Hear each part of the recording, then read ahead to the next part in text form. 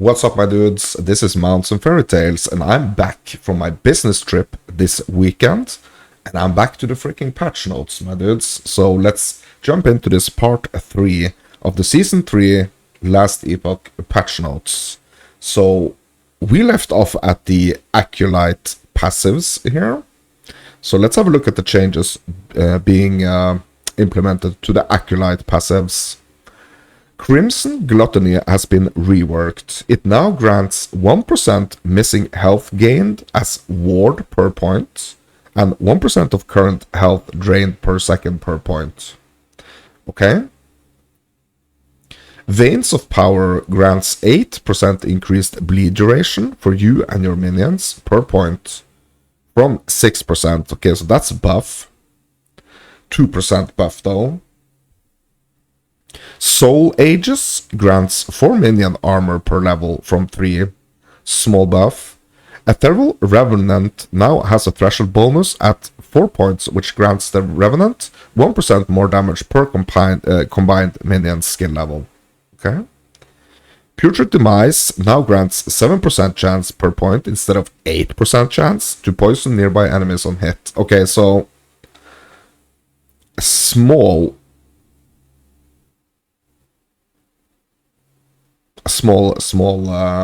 nerf there, I guess. Mania of Mortality now grants 10% chance per point to gain 13 ward on nearby death from 10%. Okay. It now also grants 10 ward decay threshold per point. Okay. Interesting. Moving on to the Lich passive tree here. Apocrypha now has a 7-point threshold bonus, which grants 50% of your increased mana regeneration as armor. Okay. Grasp of Fate grants 10% increased necrotic damage from 12% and 10% increased cold damage per point. Okay. So both necrotic and... Okay, so it's adding the cold, I'm guessing. Like, I have not played, like, super much of the Acolyte or the Lich, but it seems like, if I'm reading this correctly, it seems like it's like nerfing the necrotic damage a little bit, but also it's increasing the cold damage. Soul Barrier has been replaced with Deadened Nerves, which grants +1 vitality and 4% poison resistance per point. Okay. Soul Barrier has moved to replace Life Barrier and reworked. When a hit taken leaves you below half health, you gain 1 ward per 1% uncapped poison rest per point. This effect has a 6-second cooldown. Yeah, okay, so these are kind of cool, right? Because you can build around this, like, you know, you can, so if you do like a low poison resistance build type of thing, you know, you will okay, no, actually, you know what, it's not a lot. I mean, you gain 1 ward per 1% uncapped poison. I mean, that's not a lot. Let's say that you have 0 poison resistance, right? That's only going to be 75%, you know, if you're capped. So it's only going to give you like potentially 75 ward. And I mean, that's not a lot, right?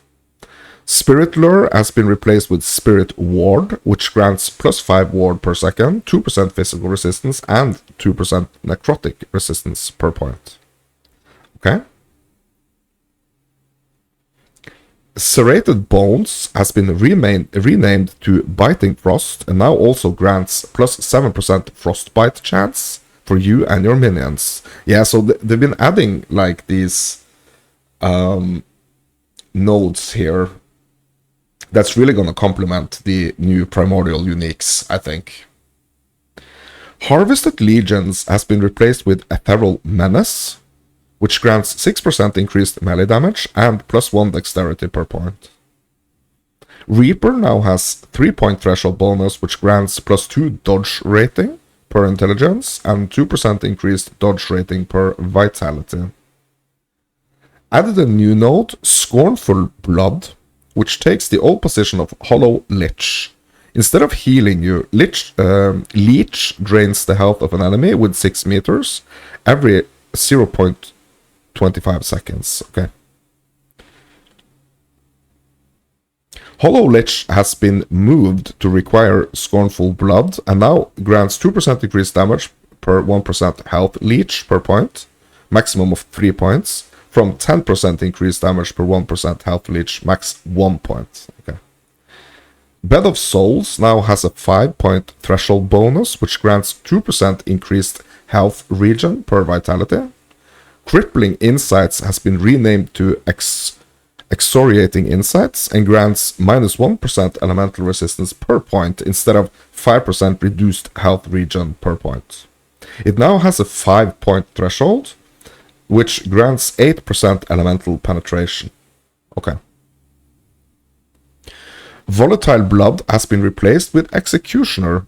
You can dual wield by equipping an axe or a dagger in your offhand, and while dual wielding, you have 20% increased attack and cast speed, but take 8% increased damage. So, I think this is really cool actually, because to be honest, on a lot of the characters that I've been playing, at least, like I've pretty much been winging all my characters, kind of like just thinking about the build as I'm playing, like making it as I go. And one thing that I've kind of like noticed on the a bunch of the different classes is that, like, especially on the Sentinel and the Acolyte, actually, it's like you kind of like hit this point where you're thinking, you hit this point with your build where you're actually kind of thinking like, I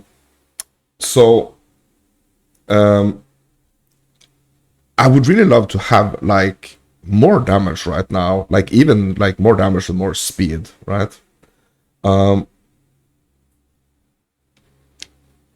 it wouldn't hurt too much, like having taking a bit more damage if you're able to like do quite a lot more damage. I mean, 20% is pretty big, you know.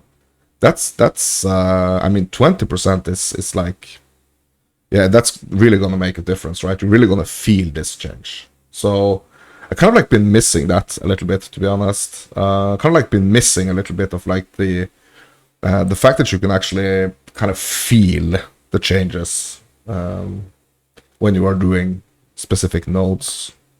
So I think this is going to be a really cool one, actually, to be honest. The Executioner one. Added a new node, Corrupted Form, on the same column as 3 Plagues. It grants plus 6% more health and plus 2% of max health gained as endurance threshold per point. It has a 2-point threshold bonus, which prevents you from having current health or ward above 50% of your maximum health. But you always count as on low life, maximum 5 points. Okay. Contagion has been replaced with Spectral Wounds, which grants 2% of hit damage taken from bosses and rares dealt over 4 seconds and plus 8 health points. And plus 8 health per point. Maximum 5 points. Okay. Dark Guard has been replaced with Essence Devourer. It grants 7% increased damage over time and 1% of damage over time leached as health per point. It has a 5-point threshold bonus, which grants 1% more damage over time per 7% current health drain. It no longer requires Deathbringer. Okay.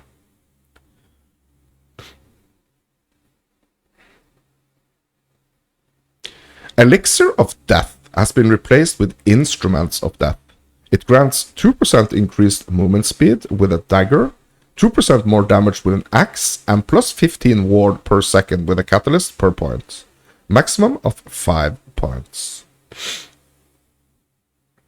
Symbol of Decay has been replaced with Impact Ward. It grants 4% less damage over time taken per point and has a 3-point threshold bonus, which grants all damage over time taken bypasses ward, maximum of 5 points.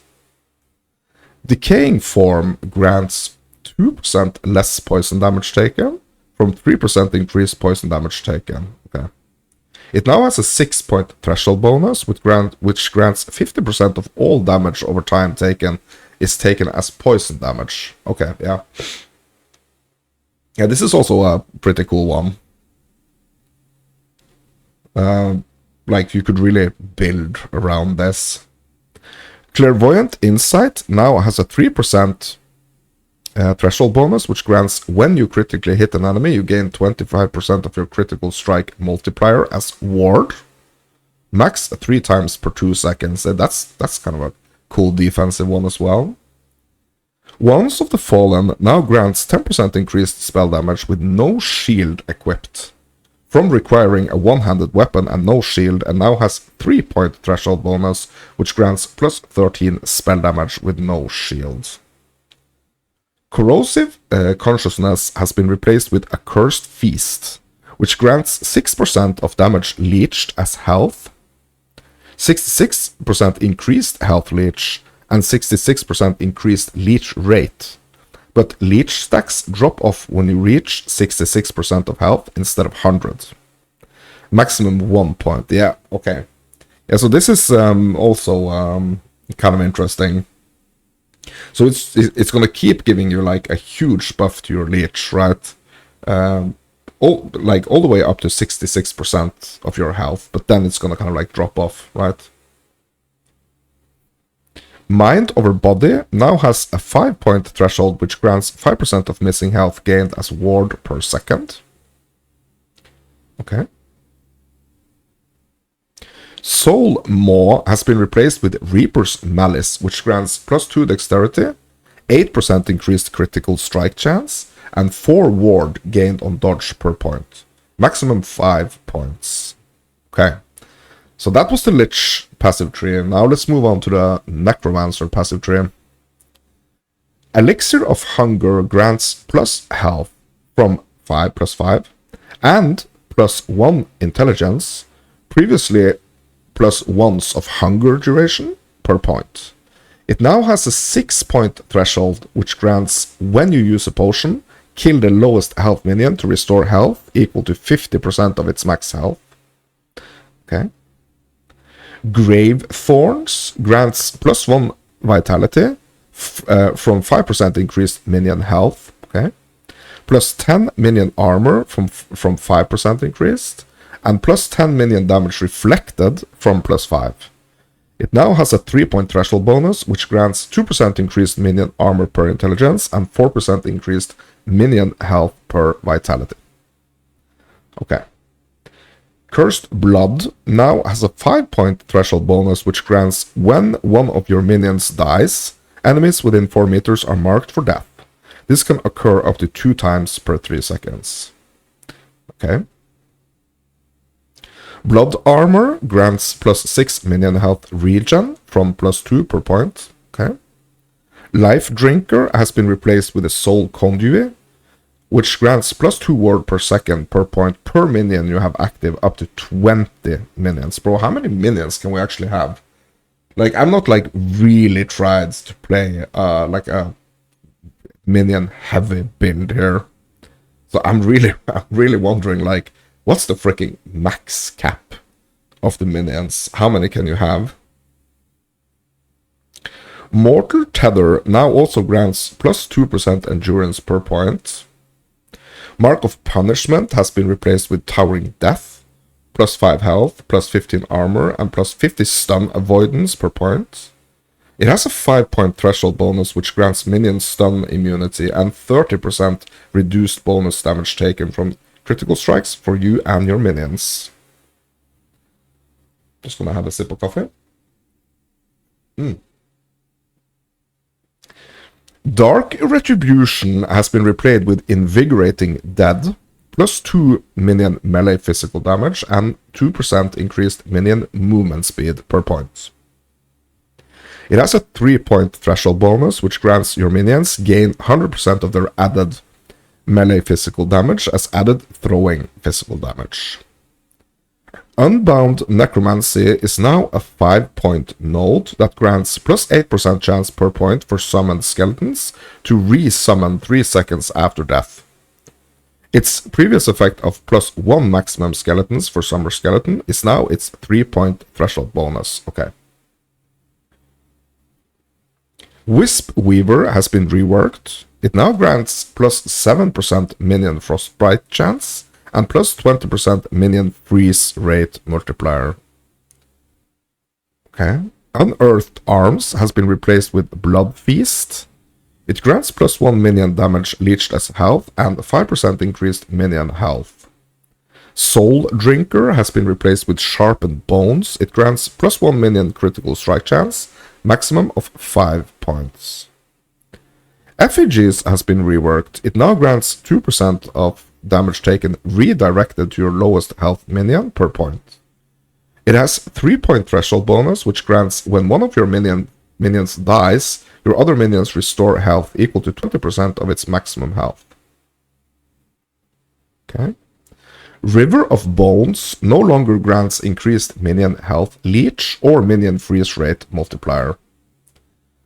Moonlight Pyre now also grants plus 70%, 7.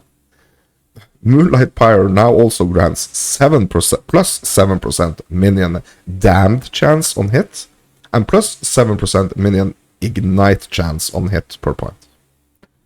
Cling to Life grants plus 4% minion all resistances per point from 2%. It now also grants plus 1% all resistances per point. Heresy has been removed. Blades of the Forlorn has been moved to its position. Rite of Undeath grants 10% increased minion necrotic and elemental damage from 15. Okay, so that's a nerf. It now has a 7-point threshold bonus, which grants 1% minion penetration per 5% overcapped necrotic or elemental resistance. Oh, okay. So if you are like severely overcapped on like your necrotic resistance or any of your elemental resistances, you're getting 1% minion pen. Yeah, per 5% overcapped. Yeah, okay, so it's also going to be a huge one. So let's say that you have like 90 in all of them. That's yeah. You're not gonna like heavy like breaking the game improve your minion pen on this, I'm guessing. Empty Graves gives 4% increased health regen per minion from 2% per point, but both of its effects are now limited to up to 20 minions. Added a new node, Forbidden Teachings, in the old position of Blades of the Forlorn. Plus 1 intelligence, plus 1 vitality per point. It has a 3-point threshold bonus, which grants 1% increased minion critical strike chance per intelligence and 1% more minion damage over time per vitality. Maximum of 5 points. Veins of Malice now grants 5% chance per point to gain haste for 2 seconds on minion kill or death, and 1% increased movement speed per point. Okay. It now has a 3-point threshold bonus, which grants its previous effect of when you cast a spell, sacrifice 5% of your current health to give to your minions, or to give your minions haste and frenzy for 5 seconds. Okay.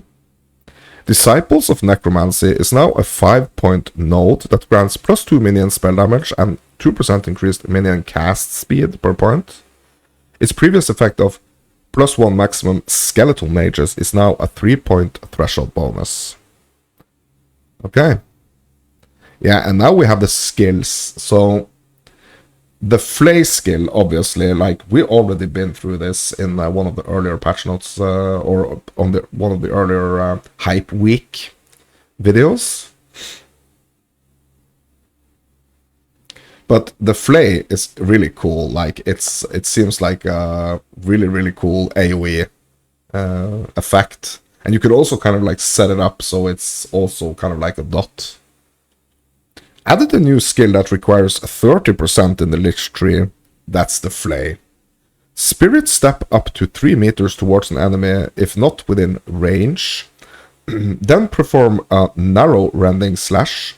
Each enemy killed by the melee attack will release a blood eruption, a spell dealing physical damage in an area. Enemies can be hit by both flay and all blood eruptions that occur.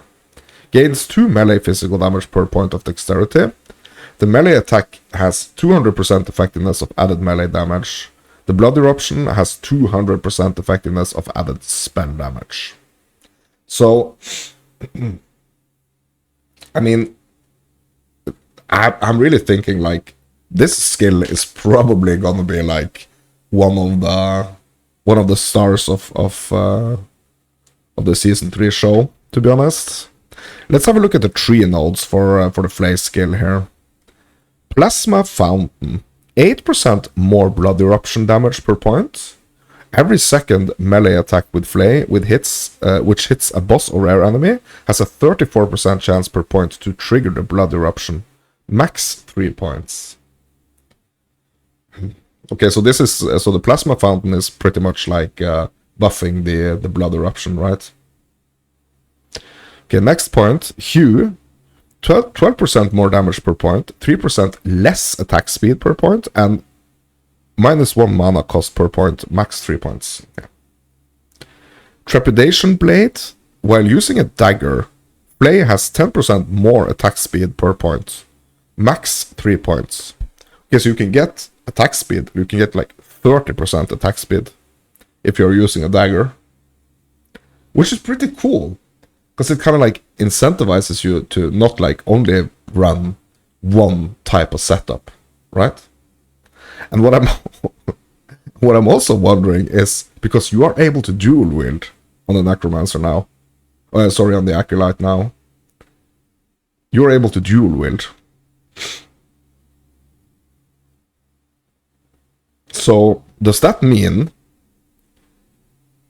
that if you are rocking the flay skill and you're dual wielding daggers, you actually have a 60% more attack speed chance?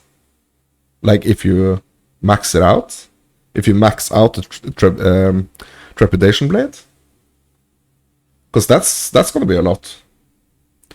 Thirst of Dread, 15% increased area per point, plus 5 spell damage per point, doubled if there is a bleeding enemy within 15 meters.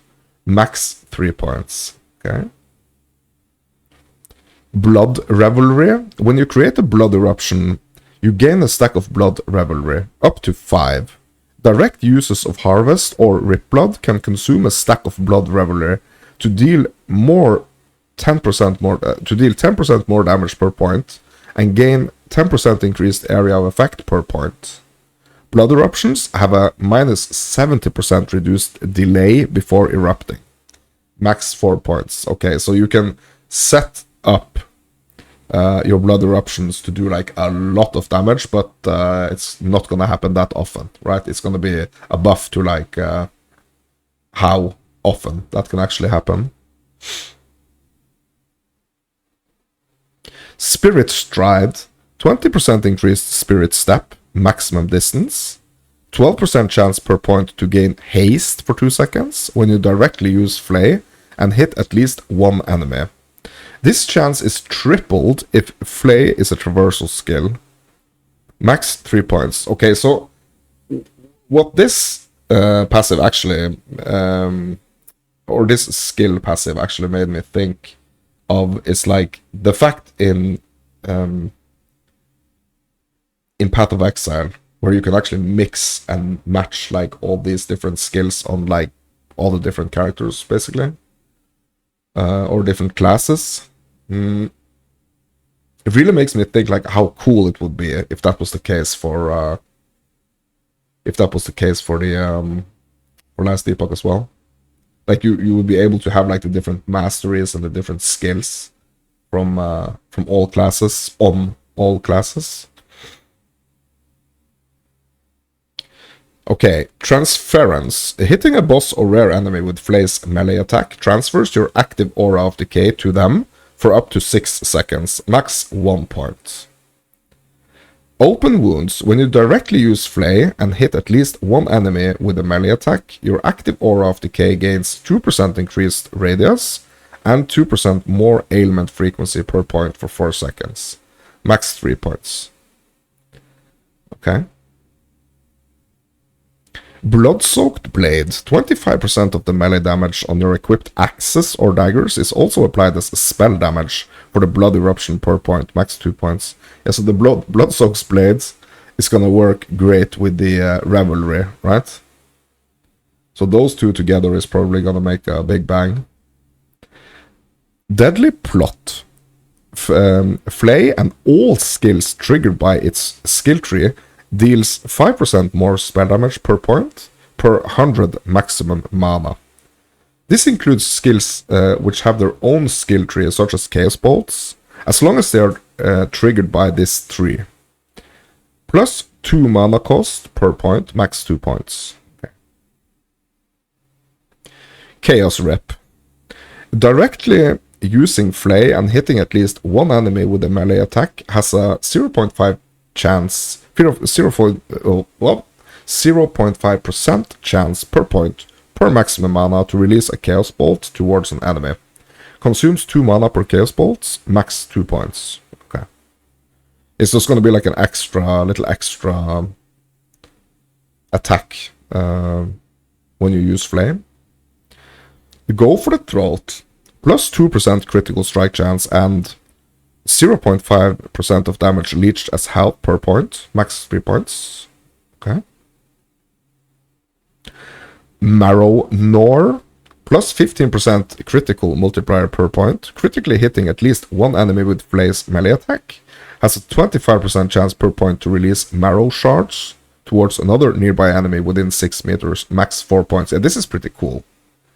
This is pretty cool, but also kind of like requires little crit stacking, I guess. Decree of Slaughter. 8% more hit damage per point, double against low life enemies, max 4 points.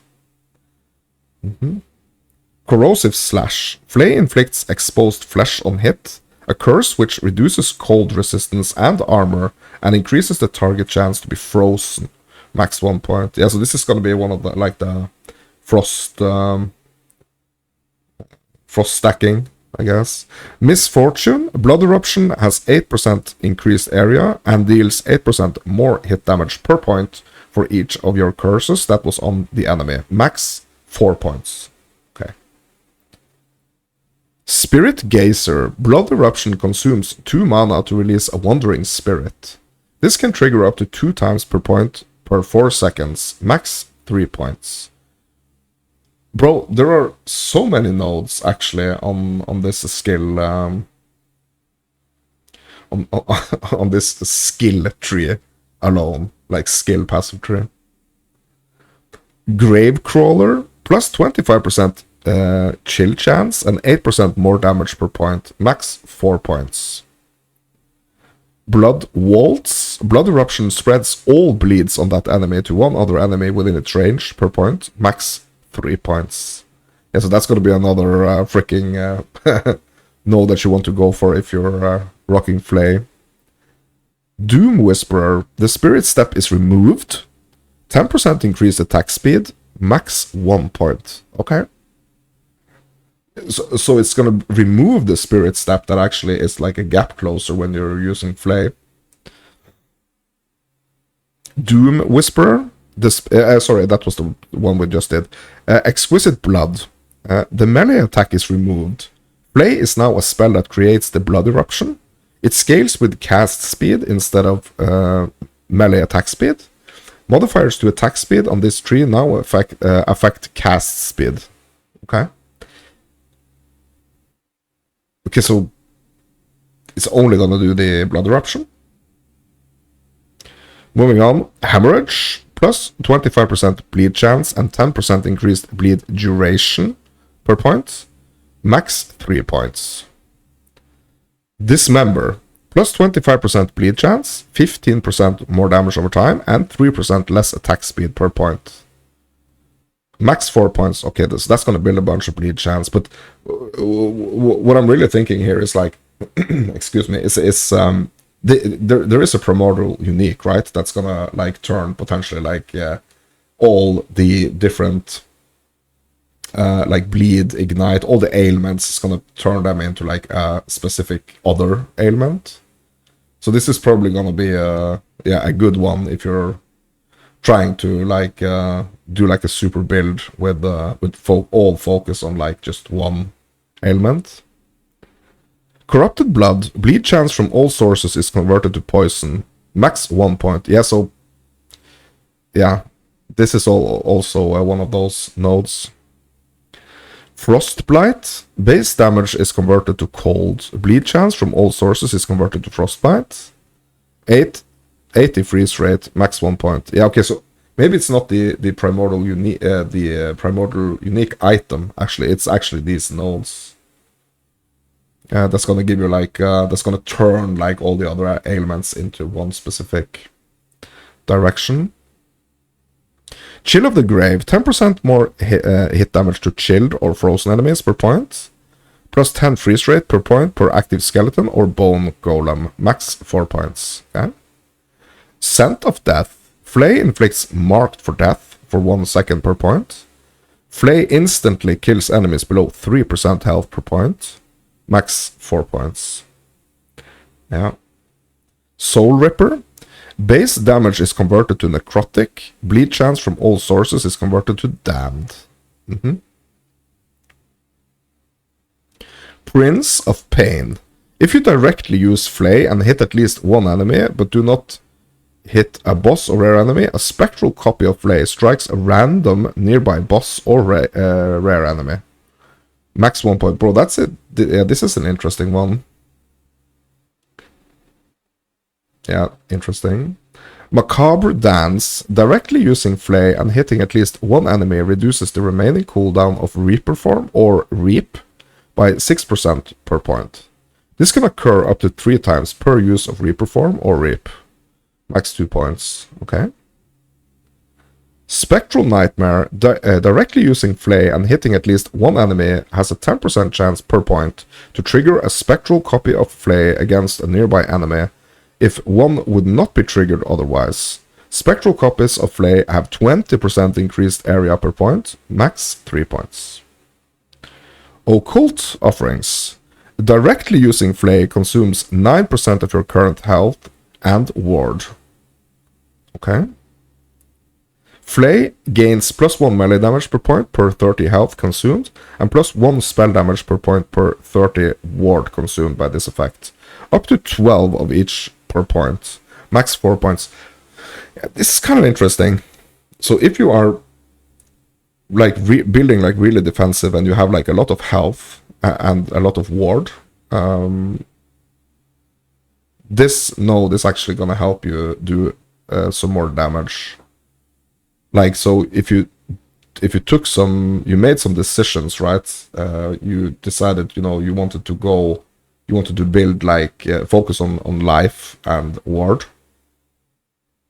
So you kind of like skipped some of the damage nodes. Occult Offerings is actually going to help you getting a little bit of that damage back that you didn't pick. But that's going to be it, my dudes, for this part 3. I mean, this is turning into a series. I hope you're enjoying this. I hope you're enjoying me reading the patch notes and commentating on the stuff that I feel that I want to commentate on. We still have a way to go on the patch notes, but this is going to be it for the part 3 of the season 3 Beneath Ancient Skies Last Epoch. I hope to see you in part 4. I'm Mounts and Fairy Tales. You are you, and thank you for watching.